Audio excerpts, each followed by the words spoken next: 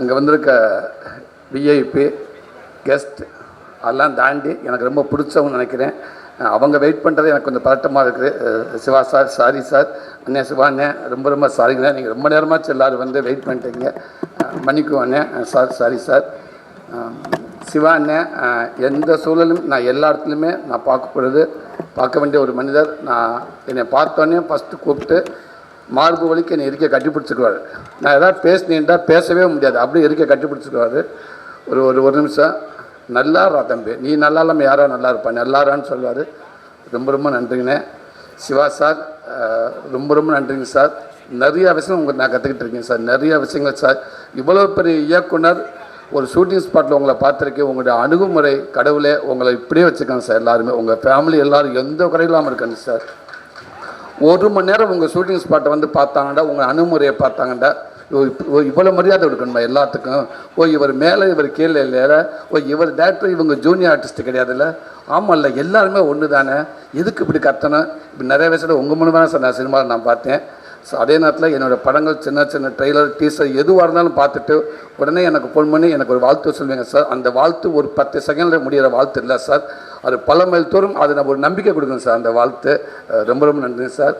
அண்ணன் பாண்டியராஜ் அண்ணன் அது எப்போவுமே என் குடும்பத்தில் ஒருத்த மாதிரி. நான் அண்ணன்றதை முழுசாக நான் சொல்கிறேன்டா, கண்டிப்பாக அது ஒரு சில பேரில் முதல் பேராக இருக்கும்னு நினைக்கிறேன்னு நீங்கள் எப்போவுமே. அதே நேரத்தில் நீங்கள் சொன்னீங்க கேடி பிளாக் விளையாடுறாங்க, நான் உங்களுக்குள்ளே வந்தேன்னு உண்மை தானே. அந்த நேரத்தில் விட டக்குன்னு ஒரு சைக்கிளில் ஒரு கலர் சட்டையாக ஒருத்தர் விற்றுக்கிட்டு போயிட்டு இருந்தாப்புல. ஒரு சட்டை வந்து 70 ரூபான்னு சொன்னாங்க. ஒரு சட்டை 70 ரூபா, ஒரு 10-15 சட்டையை வாங்கி வச்சுக்கிட்டேன்.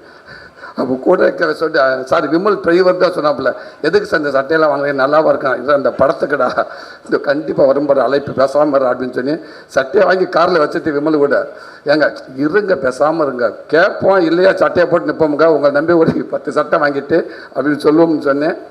ஆனால் அதே மாதிரி சொன்னோன்னே சரி ரைட்டு சூர்யா 2 பேர் சின்னொரு ஆள் நல்லாயிருக்கும், ஓகே சூரி அந்த காஸ்டியூம் மாட்டிட்டு வந்துருங்க அப்படின்னீங்க. அது இன்றைக்கி வரைக்குமே நிறைய விஷயங்கள் நிறைய நம்பிக்கை நீங்கள் கொடுத்துருக்கீங்கண்ணே. இன்றைக்கி நான் நிறைய விஷயங்கள் நான் கதை கூட ஏதாவது யோசிச்சுனா கூட எனக்கு உங்களுடைய செயல் எனக்கு ரொம்ப பிடிக்கும்னே. என்னோடய குடும்ப விஷயங்கள் நிறையா விஷயங்கள் அன்னைக்கிட்ட உங்களுக்கு சொல்லியிருக்கேன், நான் ஷேர் பண்ணியிருக்கேன். எனக்கு நிறைய விஷயம் நீங்கள் சொல்லி கொடுத்துருக்கீங்க எனக்கு. நான் பிரசாந்த் கூட சொல்லுவேன் தம்பிக்கிட்ட, ஏதாவது ஒரு இடத்துல வரப்போ பாண்டியராஜன் ஒரு டைலாக் வைப்பார் பார்த்தியா, ஒரு சீனே இல்லாமல் ஒரு டைலாக்ல ஒரு சீன் வரும் இந்தமாரி, அந்த மாதிரி எனக்கு ஒரு சில டைலாக் நான் அடிக்கடி சொல்லுவேன் சார். இந்த இடத்துல பார்த்தியா பாண்டியராஜன் டைலாக் ஒன்று வருது, அந்த மாதிரி வச்சது தம்பி அப்படின்ட்டு. அவர் பார்த்தீங்கன்னா ஒரு சீனில் ஒரு டைலாக் வந்துச்சுன்னா 5 நிமிஷம் படத்தை கடந்து போனக்கப்போ அந்த டைலாக் நம்மளை உறுத்திக்கிட்டே இருக்கும். ஸோ அந்த மாதிரி வசனங்கள் உங்களை படத்தை நிறையா நான் பார்க்க முடியுங்க. அவளோட ரெஃபரன்ஸ் எல்லாத்துக்குமே நீங்கள் இருக்கீங்கண்ணே. கண்டிப்பாக இந்த படத்துக்கு உங்களோட ரெஃபரன்ஸ் நீங்கள் இருப்பீங்கன்னு நம்புறீங்க. ரொம்ப நன்றிங்கண்ணே.